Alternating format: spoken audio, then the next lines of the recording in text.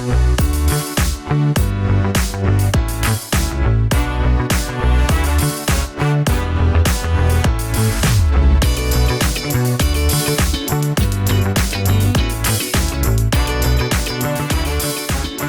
to the Hoof and Fang podcast. I'm Kirt Maz. And I'm Maz Maddox. How's your week going?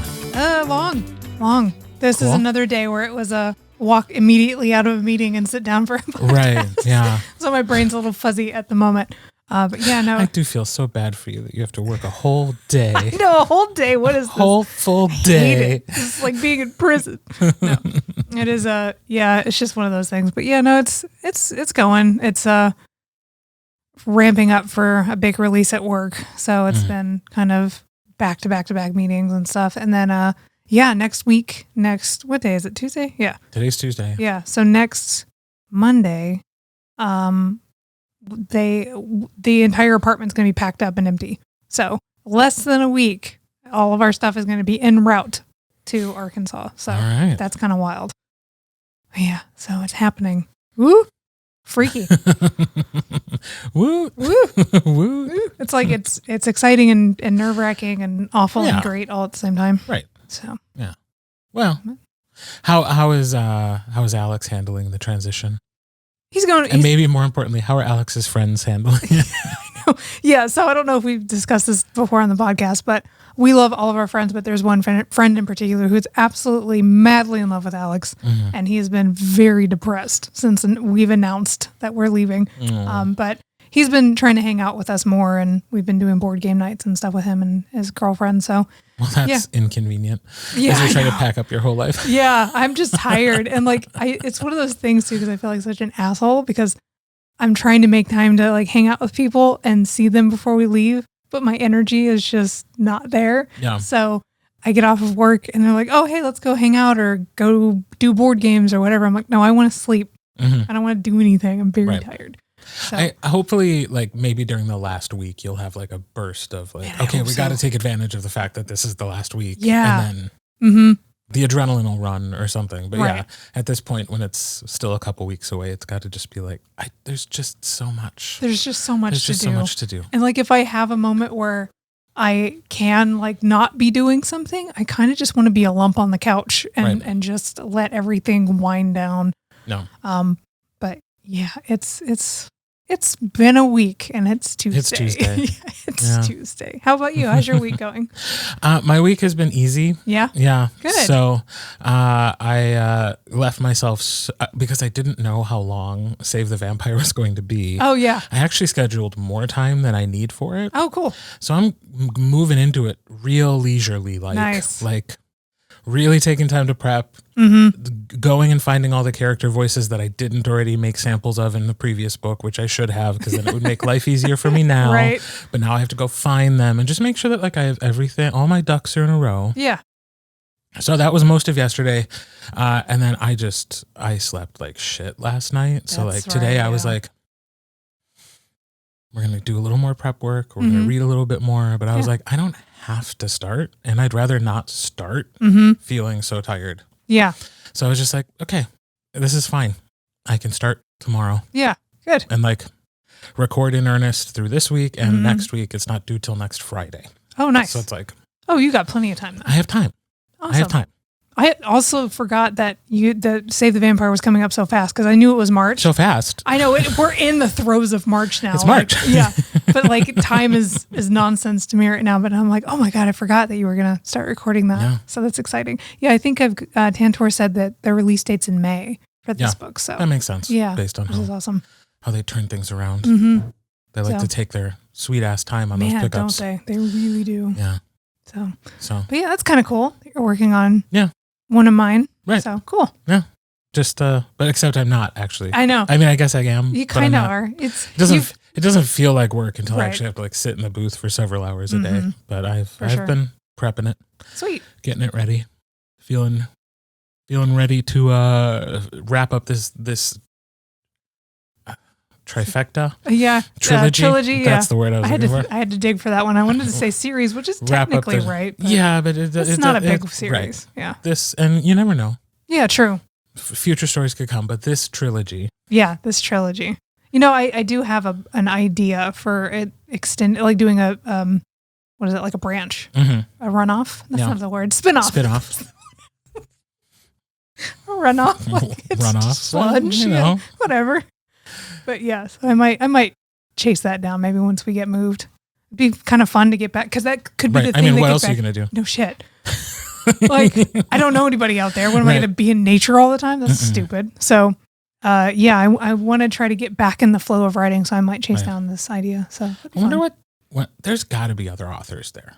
Yeah, man, there's got to be. Yeah, I haven't even begun that journey, but there's got to be writers in that neck of the woods. If only for the fact that like you're working for a very large corporation, there are going to be people whose spouses are the primary breadwinners at very high levels of that company. Yeah, that allows them to be like creative entrepreneurs. Yeah. There's got to be some. Or maybe fellow breadwinners who write on the side like me. Possibly. Maybe. Maybe. I think that's less likely. Probably. Because this shit's hard. Most of them are doing it the other way around. Right, exactly. So yeah, that's a good idea. If you guys know of anybody, let me know. But yeah, I need to maybe go into one of those big Facebook Even though groups. we've never explicitly said who you're working for or where you're moving to. I know, yeah. So that makes life a little harder. Exactly. that makes making a recommendation harder. Yeah, if you want to guess where Maz is moving somewhere and who she's working Arkansas, yeah. And if you know Arkansas and the companies there, you probably fucking figured it out by now. But yeah, so. Yeah, because that would be interesting and good motivation too. To like, I mean, I just think you got to find your coffee shop. Yeah. The one that's for you. And you go there for several hours, like on Saturday or Sunday or something, and just knock it out. Be seen writing, and somebody will find you. Yeah, it'll be like a magnet. It'll be perfect. There is actually a really cool coffee shop that's inside of like a music venue / art museum. Cool. That's dope. And they make like artisan coffee, like really bougie. The chick behind the counter has a nose ring and is way cooler than me. You know what I mean? Well, that is the sign of really good coffee. Yeah, that's it. And like all of their accoutrements are like bright pastel pink. And I was like, this place is awesome. So I'm probably going to be easily impressed. I really am. The coffee was good though. Okay, good. Yeah, it was like cool honey deliciousness. It was great. So. But yeah, I am easily impressed. Yeah. It doesn't take much. You are correct. The barista had a nose ring. And she was cool. And they had odd colored instruments making the customer coffee. For life. Yep. Into it. This place is quirky. Yes. It's almost like it was designed on purpose to be quirky. Exactly. They're like, you know what millennials like? Type of clientele. Yes. Yeah. Now they got my number. Yeah. Well, there you go. So you already have a place to go hang out. Hopefully the Wi-Fi is good. Yeah. You know what? I don't even know about the Wi-Fi situation. If they don't have Wi-Fi, then I take back everything I said and that place is trash. That's right. Because you write online, right? Yeah. Yeah. So. I've got a cloud base. I use Dabble. So it needs to be on the internets. Well, then they better get their shiz together. Exactly. Yeah. Cool. Well, so yeah, lots of exciting and scary things coming up in the next few weeks. Yeah. That may affect our recording schedule. We don't know. Yeah, probably will. We're being real gentle with the moving gal. So just know that things will come when they come, and everybody be cool. Yeah, everyone be cool, man. Just let me get settled. We'll figure out a new cadence, and then we'll pick back up, and it'll be great. In the meantime, we are still doing our reaction videos to Animorphs, the television series. We're working ahead on those so that they will continue throughout these next few weeks. Yeah. And then when we can figure out a way to do it, the early shift will return. Yes. That probably won't be for a minute, but we don't know. We'll make it work somehow. Yeah. If you're missing a dose of me, however, I have great news for you. You can get so much of me over on the Queers and Quills podcast, which is now releasing episodes every Monday and Thursday. Pretty awesome. And with more to come in April and May, perhaps even going up to 3 episodes a week, because there's just a lot of people to get through. Yeah, that's awesome. In a limited number of weeks before the convention in May. So exciting. Go check that out if you're missing me. And you have an episode coming up as well. So like, if you really just need Maz and I talking to each other, a little bit There's more. a whole episode of that. Yeah. Over on that podcast. Love it. So I thought we'd keep things light and breezy. Okay. Easy breezy. Easy and breezy. just play a game. Okay. Today. So Love we've it. done this before. It's the 10 clues game. Okay. So we each have a little pile Love it. and we're going to test each other. Okay. And whoever gets answers the quickest will be the winner. Okay. Excellent. So, would you like to guess first or give the clues first? I will give the clues first, Okay. and then we'll go from there. All right. Okay. Hold on. So just make sure you hold it. Yeah, You can just pick from the top. Pick from the top of the Isn't the answer on the pile. other side though? Yeah, that's what I'm saying. Just don't hold it up in front of your face where I I can see it. Okay. Yeah, I'll keep it here. Yeah, so you can put it in front of your screen. That's there the we best go. way Just so I can't see the back of the card. Okay. Okay. All right. Name this object. Okay. Object. I am from the rose family. Rose. Okay, so it's some kind of flower. A tulip. Mm-mm. Okay. I don't know flowers. I know. I was about to say this might take a while. All right. This was one of the ones where I read through it and was like, I would not get this until the end fun. because Great. I am just not smart. Okay. And originally from Asia. Does that help at all? Originally from Asia. The rose family. I guess that doesn't mean it has to look like a rose. Orchid? Mm-mm. Okay. China produces the most of me. Poppy? Mm-mm. Okay. I was forbidden once. Forbidden, Mm-hmm. one says. Yeah. Interesting. What did they... Wasn't that poppies that they made the opium out of? Yeah, it's a good... Poppy's a good guess. So, but it's not that. It's not that. Because I already guessed Yeah. poppy. I was forbidden. Mm-hmm. I'm trying to just think of flowers that sort of look like roses or have thorns. Crocus. Mm. This might help. Give me to your teacher. Never given a flower to a teacher. What is the appropriate flower to give? Am I allowed to teacher? No. help? Okay. No. A daisy. Mm-mm. Okay. I bruise easily. What? Yeah, Oh, is it an apple? it is an apple. Yeah. So I was like, I wanted to be like, don't focus on flower. Well, but I don't know if that would. I was like, I think that would be cheating. so how many clues did it take for me to? Is that 5 6. or 6? Okay, so I only get 4 points for that one. Okay. All right, ready? Yeah. Name this person. Oh gosh. Okay. I think we did this one already. Oh. Okay. I'm skipping it. Okay. Let me see if this happened again. I'm just going to go down a few. Just to make sure. Okay. I've never heard of that person, so I'm not going to make you do that. Good. Thank you. Okay. Name this person. Okay. I am buried in Westminster Abbey. I have Westminster Abbey. Somebody from that region, I would assume. Is it one of the Beatles? No. Okay, cool. No, then I don't know. My birth was a disappointment. Oh gosh, well, I almost said can't relate, but that's not true. And I mean, I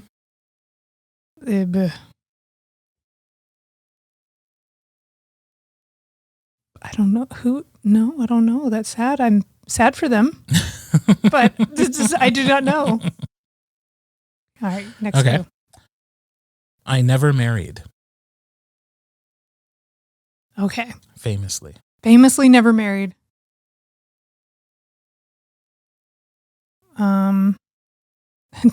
Famously never married and is a disappointment.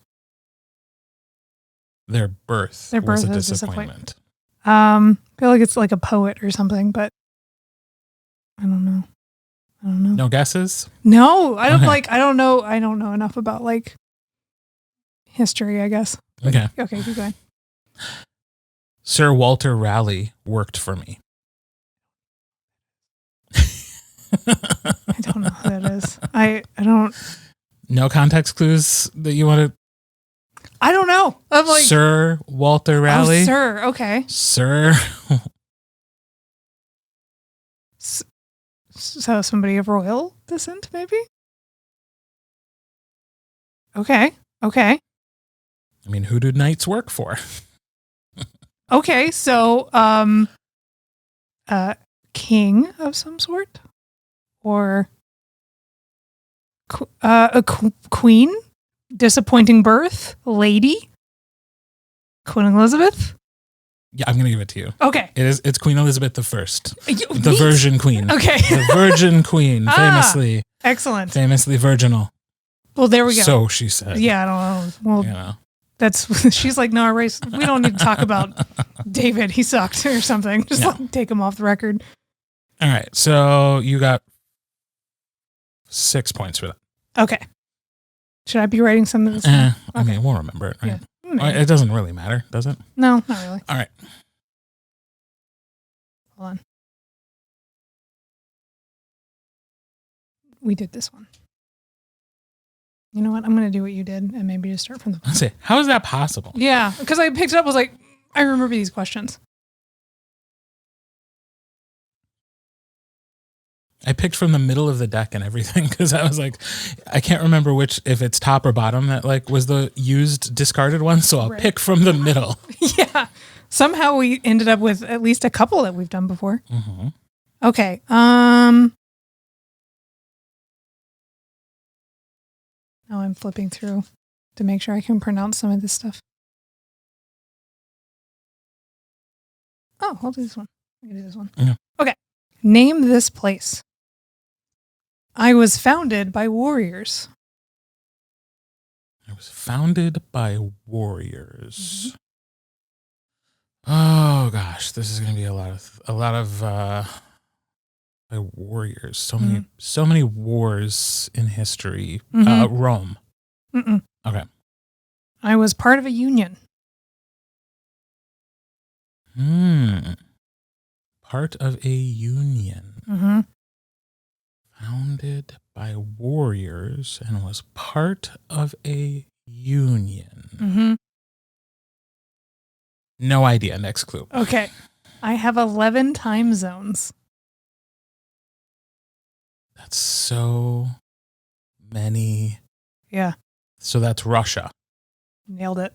Yes. I was like, Soviet Union. Yes. Good job. Got it. Good job. Yeah, it only took you three for that one. So I'm up to 11. Excellent. Okay. Name this place. Okay. I'm in the USA. Great. So it's a state of some sort. Texas? Not Texas. Okay. I cover almost 40 square miles. 40 square miles? So slightly less than Texas. Yeah, a little bit. That sounds small, but I also have no idea how the range of sizes for states. Is it like Hawaii? No. Okay. I opened my doors in 1971. Oh, okay. So it's not a state. This is like an actual place. 1971. Not Disney, right? Is it Disney? I think they opened in the 60s or 30s. Which one? Oh, Disney World? Yeah. Yeah. All right. That's 7 points for you. I honestly almost did not say Disney, so I skirted past that one just barely. You know what? I give props to, what is that YouTube channel that I like so much? I don't know. The one that talks like he deep dives into theme parks and stuff. Oh crap! I can't remember. I don't watch it with you. I don't know. I'm talking to you like we've sat down side by side and watched some shit together. I'll have to look it up. But there's a whole cool channel that they do deep dives into why like certain theme parks failed and like how the origins came to be. And they did a whole thing on Disneyland. Not that it failed, but like the original vision and like why it pivoted and stuff like that. It's really cool. And for the life of me, I can't remember it right now. Anyway, let's continue. Okay. The rest of mine are all places. That's funny. All right, cool. Well, we'll go with this one. All right. Name this place. Okay. Oh my God. Can I say this? Hold on. Let me make sure I can pronounce this. Well, you have to now. Yeah, I know. I'm in it. I'm in it. Okay. The Ainu people live here. Probably saying it wrong. Ainu people. It's Ainu people. AINU. Okay. Is it Ainu? AINU. Bora Bora. No idea. I have over 6,000 islands. Ooh, Indonesia? Mm-mm. Okay. But most people live on 4.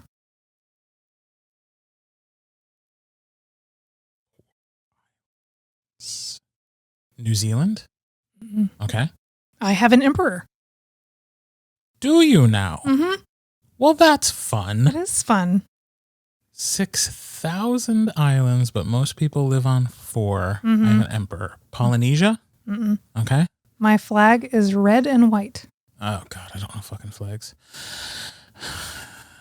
Japan. Okay. You got it. Japan.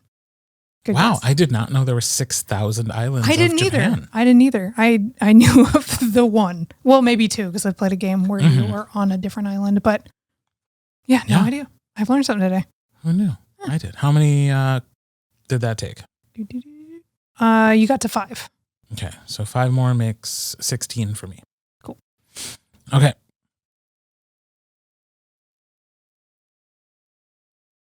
I don't know what that is. I guess I'm just assuming that if I don't know what it is, What was you it? two, Just out of curiosity. the Beano? Okay, no, I have no idea. Yeah. I think it was a publication. Oh, maybe. Because it was name this thing, and it's like, did your parents read me or your grandparents? I still come out every week. Nope, never heard of Beano. that. No. Yeah. Okay, well, name this place. Okay. I have more than 400 bridges. London? No. Okay. My clock tower fell in 1902. Well, shit. London? No, I'm just kidding. Okay, clock tower, bridges. Am I in the ballpark? Like, is it Europe? I'm not answering that. I'm trying to trick you. You're not getting more clues. Yeah. Okay, keep going. My glass is famous. Venetian. Hey. Which means the place is? Venice? I really wanted you to say Venetia.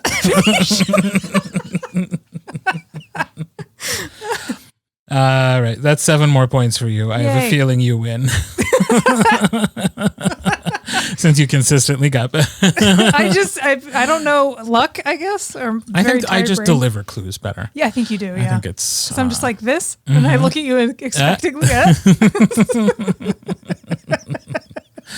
All right. Well, I hope that was fun for you guys listening and watching as well. Maybe you got it a little bit faster than we did. Probably did. But that's it for today. We do have an author interview. We got a few weeks ago. We got to talk to another MD. Yes. This time we were talking to a new MD. MD New. We got to talk about his work in queer genre fiction, including some very cool sci-fi and horror books. MD New is an international award-winning, inclusive queer fiction writer with a love for writing and travel. Living in the heart of Silicon Valley and growing up around technology, he's always been fascinated with what could be. When MD isn't writing, he works for a nonprofit and travels with his biggest supporter and his harshest critic, Eric, his husband of 20 plus years. We get into that in the interview. Yeah, we do. So here is our conversation with MD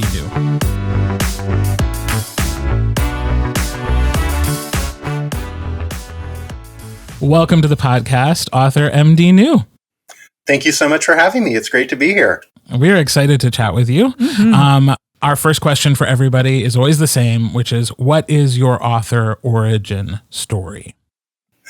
So my author origin story is kind of unique because I was not a big reader. In fact, I hated reading. You were literally the first person to ever say that. I'd love really? that, honestly. It is refreshingly honest to hear that.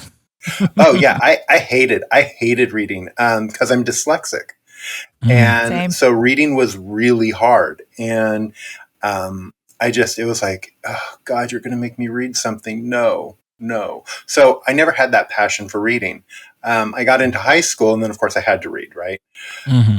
But I always loved telling stories. I always loved like being, just telling telling stories, fabricating stories, creating stories, and all that. And I thought, and I never gave it much thought. It was just like, okay, I've got this really creative mind that likes to make stuff up. So that's what I would do. And then, as I was growing up and getting older in the 80s, we all saw, well, maybe not. Well, everybody should know what Star Wars is, I would hope, right?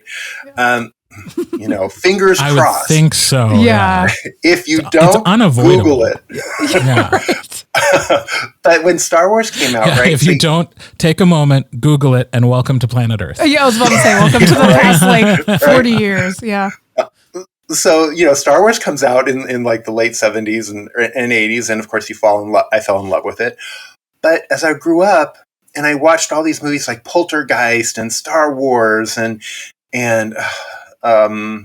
little later, of course, Interview with the Vampire when that came out originally, all these stories, and they had such great adventures and they were so exciting and they were so much fun. But I never saw anybody that looked like me, right? I never saw like a queer character or a gay character. And when you did, they were either killed off right away. They were in the very special episode, one and done. Maybe they came back again for another very special episode. But otherwise, you didn't see them. They weren't around. So I had like all these like stories that I loved, and I loved telling stories because, that's just kind of what it was. So I started that's when I started writing, and I started writing these stories that kind of talked about who I was, who I am, who we are as a community. And none of them are about coming out. None of them are about, the typical, drama and trauma. It's always about having adventures. So all of my characters are just these normal, everyday people that go on these and have these wonderful adventures. And that was, to me, why I got started in it, because I really wanted to tell stories that, somebody could just pick up, a queer kid could just pick up, or a queer adult could just pick up, sit down and read it and be like, wow, I got to go on this adventure.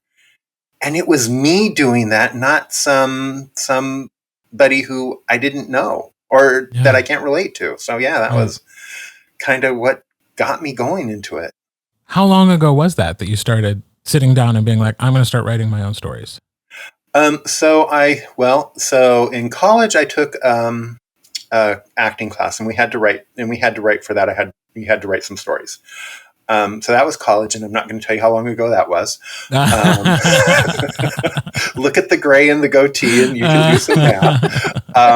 But so that was when I started really thinking about it. And my first story, which ended up being my sci-fi story, started off as a family drama for that class. And it just never went anywhere, right? It was just like, it was a boring family drama, and it was just like so stupid. And finally one day I was just like, I just wish aliens would come and blow you all up. And then the voice in the back of my head said, but I would never do that. My people would never do that. And that was one of the main characters of the sci-fi story.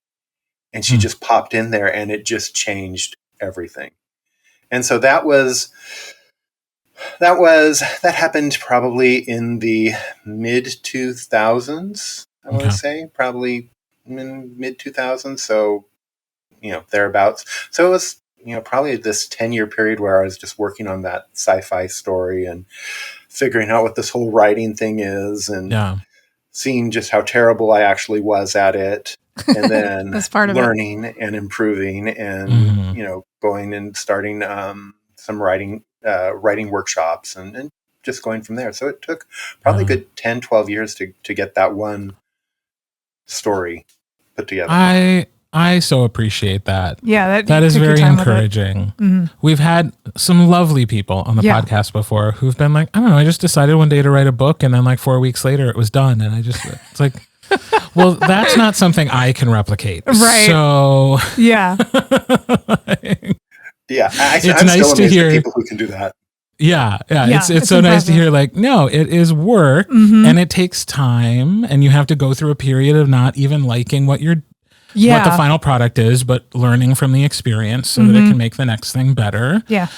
I feel comforted when I hear that, because it makes it seem like, oh, it's not impossible for somebody like me to maybe one day do it as well. Yeah, and it was painful. I mean, and I don't say that lightly. I mean, my husband, I gave it to him finally at one point, and just to get some feedback, and he read probably the first, I want to say maybe 20 pages, if he got that far. Okay. And he said, "This reads like a textbook. This is terrible." Oh, no. And it was like, ah. Yeah, right. You know, it was like, you said this is a current husband? Yeah, right. yeah, Still, okay. this is the one. You know, when they say for good, better or for worse, well, They meant this moment. yeah, but you know, he didn't say it in a mean or hurtful way. He was like, it just, and he's an avid reader, so he reads continually. I mean, he probably reads 20 or 30 books a year, maybe, or more. Yeah. So yeah, he was like, you got to do something with this. So I did. And then I went back to work on it for probably another year, and I cried a lot, because he hated it. Yeah, right. But you know, so you just work on it. And yeah, it was definitely a painful process to get it where it is now. Right. I mean, if you can't hate the work of someone you love, Right. how?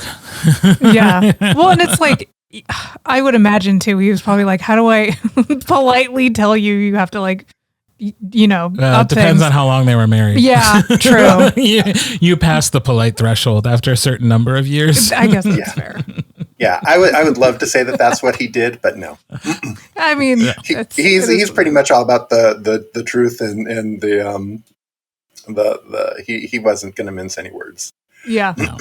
But So- he wasn't saying it, like I said, to be hurtful or to be Right. cruel, He was trying to help, which I think you need that as a writer. You need somebody to just let you know if you suck, you know, or like how you can improve, you know, like, because if he's just like, it's great, well, then you're going to put something out that it's not where it could be.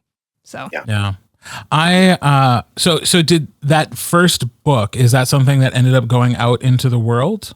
Yes, that was actually the book that got picked up by my publisher. That was the one that, like I said, it took a long time to get there, but I finally submitted it to a publisher, and they got back to me and were like, "Yeah, we like this.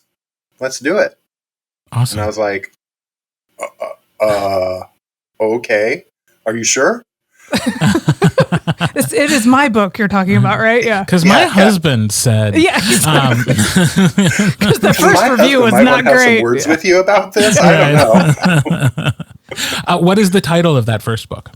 So that one is the sci-fi book is Contact. So it's a New World series, and that one is Contact. So there's Contact, Conviction, and Conspiracy. Got it. So what was the process like after that first book? You've gotten one out of your system. You already have a publisher. How far into books 2 and 3 were you by the time somebody said, yes, we're gonna push this into the world? So book 1 was actually completely written, and I was already working on the draft of book 2. So when they got book 1, they did a couple things. So that was the first book I submitted to them. That was not the first book they published. Oh, interesting. They said, we like this, but it's too long and we need to break it. Do you have anything else? And I said, well, I've got a couple short stories. And they were like, well, send us the short stories. So I sent those. And the editor who I was working with really liked those. And so they published those first. And then they were like, hey, we really like this. Do you have anything else similar? And I said, well, I've got a vampire story. And I said, so if you're interested, I can send that. I said, yeah, send it over to us. So I sent that over, and they picked up that one. So actually, that one was after the short stories, that was the first one they published. Contact came later because we needed to break Contact into 2 books. So it was this long process of, they had that one, but we were working on it much longer. And so they wanted something else in the meantime. And even though I had only finished Contact, which then became Contact and Conviction, I had already worked on this vampire story because I love vampires and I wanted to tell a vampire story. Yeah. So So it's a very convoluted, very weird way of going about it. But yeah, so that's kind of how that all happened. So everything was all out of order. It seems like a lot to have to juggle as you're also navigating being published for the first time. Right. I was just thinking that. It was challenging, but I had a really good editor, and he really worked well with keeping everything organized, keeping me organized. And he was actually very surprised that I just had all these things. He was like, why do you have all these things? And I said, well, because I worked on them and I just had them, and they were kind of not like my practices, but you're kind of basically your practice stories, right? Mm-hmm. That's where the short stories came from. They were kind of me throwing ideas around and learning and figuring it all out. And then they just happened to really like them. Not saying that they didn't need a lot of editing, because they did, but yeah, they really liked them. Yeah. Well, that's kind of cool. Like, because with short stories, I don't think I've ever viewed them as just like fun little playgrounds. Like I usually am like, oh, I have to write it for an anthology or something. Mm-hmm. But I'm currently in like a bit of a slump, like writing wise. So the idea of just like starting a short story and just kind of playing around and just letting it be this thing that can really grow into its own, and like maybe one day it sprouts something that can be published. That's kind of inspiring, Yeah. Yeah. Like I said, for me, and they weren't, they're not super short, but they are short stories. And I never realized that they were ever going to be published. I really didn't. But it was just like, look, you want something else, I'm going to send you this. If you don't like it, that's fine. Right. Yeah. Because they were just kind of these fun little stories to write. And I was like, well, let's try working with 17 characters and see what happens with that. Oh man, 17. Well, okay, I'm exaggerating. I think it was more like 10, but still. Oh, okay, well, still, that's a lot. Yeah. It was a lot. It was like, okay. And they liked it. I was like, all right. All right, great. I want to talk about more things, but I'm looking at the covers for your A New World series. Mm-hmm. They're so up my alley that I'm just like, I'm in a sci-fi mood lately. Yeah. So like, can you tell us a little bit more about the books themselves? Like who the characters are and what happens? Sure, absolutely. So A New World series is basically the idea of aliens arrive at our world tomorrow and how we react. So I have 3 point of view characters. One is Todd, who's the human. One is Myrtov, who is the leader of the aliens. And then the other is Miko, who is her second in command.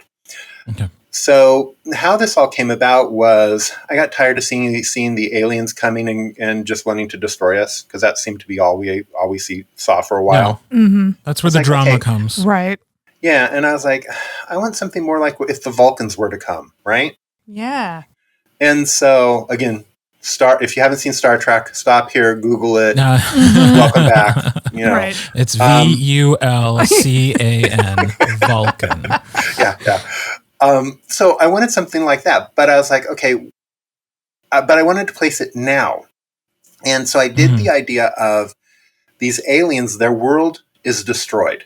Their world actually blew up in a supernova. So they had time to evacuate, but they could only evacuate so many people.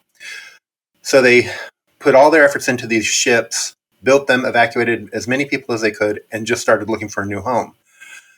Well, they start coming, they happen to come this way, and they start picking up our signals, our modern signals. And they see that we've got an international space station. They see that we've landed things on our satellite, on our moon. We've sent things to Mars. They're like, okay, it looked like we had one unified government via the UN. And they're like, they look like they have their stuff together. I see where this is going. Yeah, I was about to say. and let's make contact with them. Mm. And they get here and they realize, oh God, what did we do? I was like, oops. But they have nowhere else to go. Mm. So they're stuck. They're like, we've got to make this work. Mm-hmm. And you have us being us, right? So you see us reacting through Todd and that whole thing. And it's just kind of this whole thing of us learning that, all of our petty differences mean nothing in the grand scheme of things. When all of a sudden you have aliens knocking on your door saying, hi, Yeah. And they've got technology that can blow us up, right? So it's not like Oh, when you have good. like, when you were a kid, all of a sudden visitors came to your house. Mm-hmm. Everybody's like doing a mad dash to clean everything to make sure the house looks really pretty, not realizing that everything was stuffed under beds or in closets. Mm-hmm. The humans kind of do that at first, but then doors get open and things start falling apart. And bigotry rears its ugly head, and there's attacks and people die, and our main character is thrust into some new positions where he has to deal with being front and center. And he's not a politician, he's not a diplomat, but through things that happened, he's now in the spotlight, and the aliens trust him because they saw him go through all this stuff and come out the other side and not be this horrible monster. Where they kind of saw through all of our diplomats and all of our government's BS. Mm-hmm. But they're not perfect either. So we get to see them through our eyes, and they can be a bit uppity.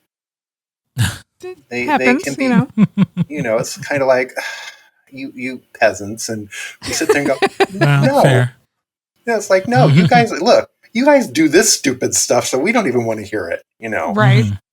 So yeah, it's this kind of fun juxtaposition, and you kind of see, in my interpretation of what a true alien contact would be like if it happened right now. And if they came and the government couldn't deny it, people couldn't deny it, they're right there, they're in our face, and we all have to deal with it. Yeah. So, yeah. And I like that it wasn't a thing that you had to explain to make the story make sense, but I am curious what the queer element was in that book. The main character, Todd, is gay. He and his husband live in San Jose. And his brother, one day, who is estranged because he is gay, appears at his front door, who'd been trying to get a hold of him. He works at NASA. So I live in Silicon Valley, and there's Moffett Field, which is NASA Ames Research Center now. I put his brother working there. Well, his brother shows up and is like, Todd, listen, you and Jerry, that's not important anymore. Mm-hmm. We've got something bigger coming, and you need to be ready because no one knows how to react. And you have the government being very sneaky, doing things like positioning FEMA places all over the United States. And all of a sudden, for the last 2 weeks, military troops have been being recalled from overseas. And all of a sudden, for some strange reason, all of the International Space Station has been very quiet, and all of their video feeds seem to not work. The large microscopes that we have on the planet seem to have all been taken down for repairs, or, and all of a sudden people are seeing like military moving, but nobody's talking about it because it's just like, whatever, And so you're getting all these bits and pieces. So the queer character is the main character, and him and his husband dealing with this from basically the beginning. And then the aliens also have LGBTQ characters or people representation, and how they deal with those characters as well. So you kind of have in their society, they're just like, why is this such a big deal? No one cares. Get over it. Yeah. Yes, they're different. We have other things to deal with. Right. Perhaps you weren't listening when we said our sun exploded. Right. Yeah. So Yeah. Oddly enough, we didn't blame it on the gay people. I know that we like to do that here. I know. We really like to blame natural disasters on sodomy. But So you had that. So that's the big element. And like I said, I really wanted to show the gay characters not the gay being the issue, just like them living their lives. Todd and Jerry are a normal gay couple. They're the typical gay couple living, doing their lives. And all of a sudden, this whole thing is just caught up in their world, and them all of a sudden having to realize that, wow, we've got bigger issues. Yeah. And like I said, I like that you didn't have to explain the queer element to make the plot make sense. Yeah. Because I also like books where that is the case, that the obstacle is not being queer. The obstacle is something else is going on. Yeah, aliens. Yeah. I mean, it's why we do this podcast specifically about spec fic, because I do a lot of contemporary romance and I like romance, but sometimes it's not enough just to get together. Yeah. You know, I like that there's this fully developed world and characters who we don't need to worry about who they're in bed with, or who they're trying to sleep with, or who they're trying to fall in love with. And so I will definitely be picking that up. I have a vacation coming up next week, so now you've got I'm kind of excited for my vacation reads. And I know you've done a lot in the mix, but I think your latest thing is a horror story. Yeah, my latest one. So as I mentioned earlier, growing up. I loved the original Poltergeist. You know, that idea of... No, thank you. No, ma'am. I was about to say, that was one of the first movies that actually scared me when I was a kid. Like, I love horror movies now. It's one of my favorite things. But Poltergeist legit terrified me as a kid. Like, that one's up there as a classic. Yeah, it freaked me out because normal American family living in a normal American suburb. You wouldn't expect there to be ghosts and scary things. Those are always in the haunted, in the house. Yeah, like obviously like haunted ones, like the big scary castle houses. Yeah. I'm like, that one's haunted, not like my next door neighbor. You know what I mean? Yeah. So that's where this story came from. So Golden Hills Haunting is that version of the story. Again, I said it here. All my stories take place in Silicon Valley, so because that's where I live. So I said it here. And what we have infill development here. I don't know if you guys have it where you are, but you take a plot of land that's maybe 2 acres. They'll subdivide it into 10 or 12 houses. Well, this neighborhood is one of those. Okay. And this family, I totally forgot the characters' names. Isn't that great? I think I saw it pulled up. Let me see. I have like so many tabs because I was looking at all of your works, especially the horror ones. Blanked, and it's my characters. I do it too. It's hard. Kyle, Alejandro. Oh, Kyle and Alejandro, yes. Yeah, and Chloe. Yeah, that's her. So Kyle and Alejandro decide. Chloe was being bullied at school, and during the summer, they're like, "We need to move. We're going to change schools. We're going to get her out of this." And so they find this beautiful new house. It's a really good deal in this brand new development that's being built. They move almost too good to be true. And things start to happen, but not just to them, to their neighbors. Oh. So you have this whole little area where everybody's starting to experience these odd things. You know, at first, things like annoyances, like you put your keys down and they're gone. You go back from it. Where did they go? You search the entire house, and then your husband or wife come in and go, "You mean the keys that are right here where you always put them?" And of course, you're pissed off. But those types of things start happening, and it progressively gets worse and worse and worse until a police officer. She came to the first couple of calls because it was her area that she worked in, and she was like, "We can't help you. If there's a break-in, yes, we'll come. If there's a fire, yes, we'll come. If there's a medical emergency, we'll come. But some of these things that you're experiencing, we can't help you." Yeah. That said, I happen to work with a paranormal research group. They might be able to help you. Yeah. That's convenient. Yeah, I love it when things like that happen in books. It's like, perfect. I just so happened. I just so happened. But even with them, that's not enough.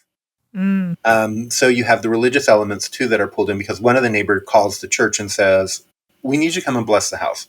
Something's going on." Okay, cool. And the church comes, and all of a sudden now you have a paranormal research group and the church, who are diametrically opposed to one another, who are now having to work together to help this community. for good or for bad. That's really interesting. Yeah, I like that. You That's don't really cool. Because it's usually one or the other, right? Yeah. Like because they are opposed, so it's almost like you have to pick your team. So like, why not call in both sides? Call in the cavalry and like have them work it out. That's kind of cool. Yeah, and one of the fun things that I did with this was I interviewed. I was able to interview the Bay Area Local Paranormal Research Society, so I got to talk to them. Oh, nice. And find out the things that I couldn't do, which I couldn't have the neighborhood built over a cemetery like I originally wanted to do. They said no. I was like, and then I also I'm curious why. Yeah, is it just like a zoning thing? Like they wouldn't do that? Or? Well, yeah, there's basically legally you can't do that for multiple of reasons, but it's also a tropey thing. He was like, yeah, no, don't do that. Everybody does that. That's fair. He was like, yeah, that's not usually that's usually not how these things work. And I was like, okay, fine, be that way. Then how do they work? Yeah. So then he did, and then I also got the opportunity to interview a couple of retired priests. One was a former exorcist. And so, did you record any of this? I want to hear about this. I could not record any of it, but I did take copious amounts of notes. So yeah, It was. There are things there that are. Yeah. When I worked for the Catholic Church, I actually did a whole lesson on exorcisms. Ooh. And so I have a book. I think I still have it. I can share that with you. If you're interested in what the church's official stance and practices are around exorcisms, it's wild. Probably, I was about to say, and there are some priests who are trained specialists in exorcisms. Yeah. That's kind in my day job, I happen to work for a nonprofit that works does a lot with the local diocese. We're actually part of the local diocese. And every diocese in the United States has a designated exorcist. You will not know who that exorcist is. He could be your priest at your local church, or he could be a specialist. But yeah, every diocese, and that was mandated from Rome. Wow. Yeah. That's neat. See, I didn't know this. This is like, y'all are going to start like a whole research project. You thought they were all just bake sales and molesting kids, but no, it's much deeper. Oh my God. So yeah, so that one was a lot of fun. Yeah, you're allowed to say I'm allowed to say you're allowed to say it. I just tried to glance over it. I was just like, okay, I'm not gonna skip. Remember earlier when you said nothing was off topic? Yeah. Nothing was off limits.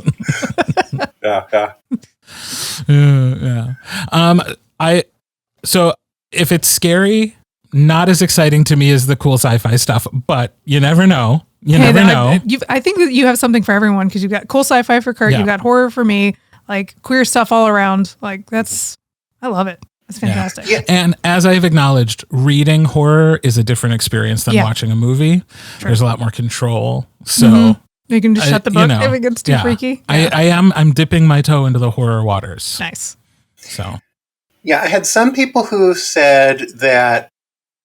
I had one person who told me they love horror, and this scared the bejeebus out of them. They could only read it during the day because it was that intense for them. I had another what a great person, compliment. Right. Yeah, that was really that just was like, wow. I was walking high on that for a week. I had another person tell me that it was really good. They really liked it, but because of how it's written, they knew that in the end everything would be okay, because the story is written from the standpoint of the Kyle character is kind of telling the story. Okay. So you know that, at least you assume, right? Yeah. I was going to say that by the end everything works out because he's able to relay this story, but maybe not. You never know. He could just be crazy. If it's just Kyle, these sneaky authors, they like to throw in some twists and turns. Yeah, exactly. You never know. You can't even rely on the narrator of a book. Right. Because you never know. Maybe somebody's crazy and they think they're Kyle. You don't know. You got to read the book. Yeah, people switch up their identities, you know. Or maybe it's the ghost that possessed him. Yeah, exactly. You just never know. Exactly. So, yeah. But, you know, it obviously that is something that happens in romance a lot. That it's like sometimes It's like, how high are these stakes really? Because it's a romance. It's going to be a happily ever after. Otherwise, it's not a romance. Right. So, but when it's horror or sci-fi or something like that, you never know. You just don't. People know. could be eaten or blown into space, or and just because the ending is not guaranteed. Right, and just because one person survived to tell the story doesn't mean everybody did. Right. All right, so we've talked about your first series, although it wasn't the first thing that came out. And also we've talked about your latest book. Is there anything in between that you would want to make sure you highlight for folks who are learning about your writing for the first time? So I would say there's a really fun one that I did. Well, I think it's fun, and it goes along with the whole combo of kind of the horror and sci-fi, is Valaria. It's a very dark story, but it's set 150 years from now, and there's werewolves, vampires, and witches. Nice. So I think I know the one you're talking about, because I saw in the what you wanted to talk about, and I if you didn't bring this up, I was going to demand you talk about it. Because it's a lot of fun. It is one of those stories that, now, as I've alluded to, happy endings aren't always guaranteed. Now, it doesn't mean that endings aren't satisfying.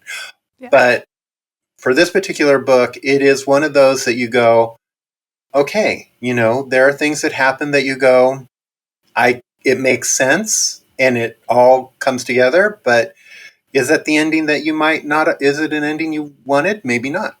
Or maybe you did. You never know. But yeah, it's a lot of fun. And people always ask, well, how do you have werewolves on the moon? I said, no spoilers. It is explained. You gotta read to find out. Yeah. God, is every day a full moon? Ooh, I love it. They're on the moon. Yeah. Exactly. So you just never know.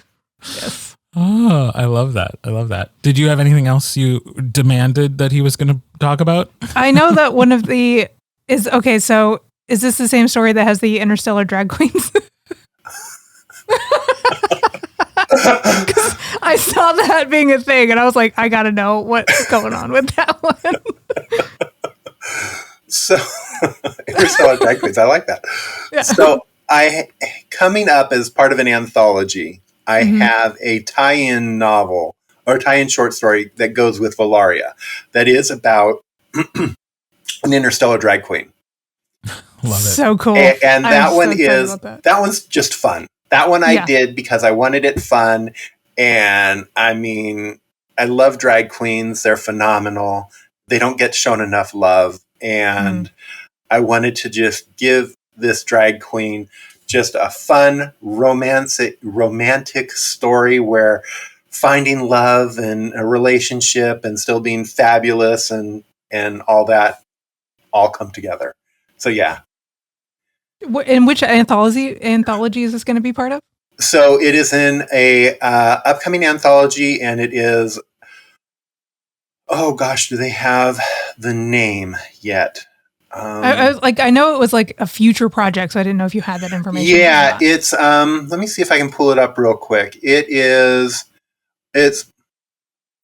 basically right now it's titled it's a drag queen anthology. So it's an Own Voices drag queen anthology. I don't know if there's going to be an official name. Okay. But yeah, and it should be coming out in the next couple months, I think. They're working on it right now. We'll keep an eye out for it then, because I need that. I was just especially if you love drag queens.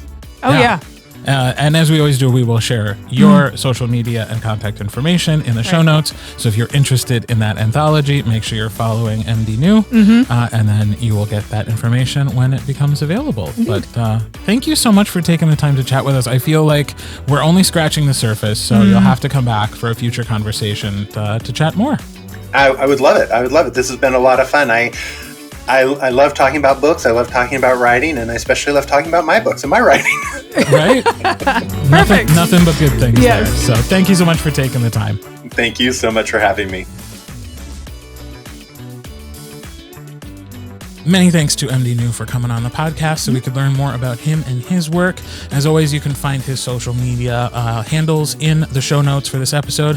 That's also where you can find our individual social media handles as well as for the podcast. Go check us out. Make sure you're following and subscribed. Subscribe to this podcast. Subscribe to Queers and Quills. Get all the gay fiction content your heart could possibly want. Yes, love that. And we'll be back next week, probably. Yeah, we'll see you then. Bye.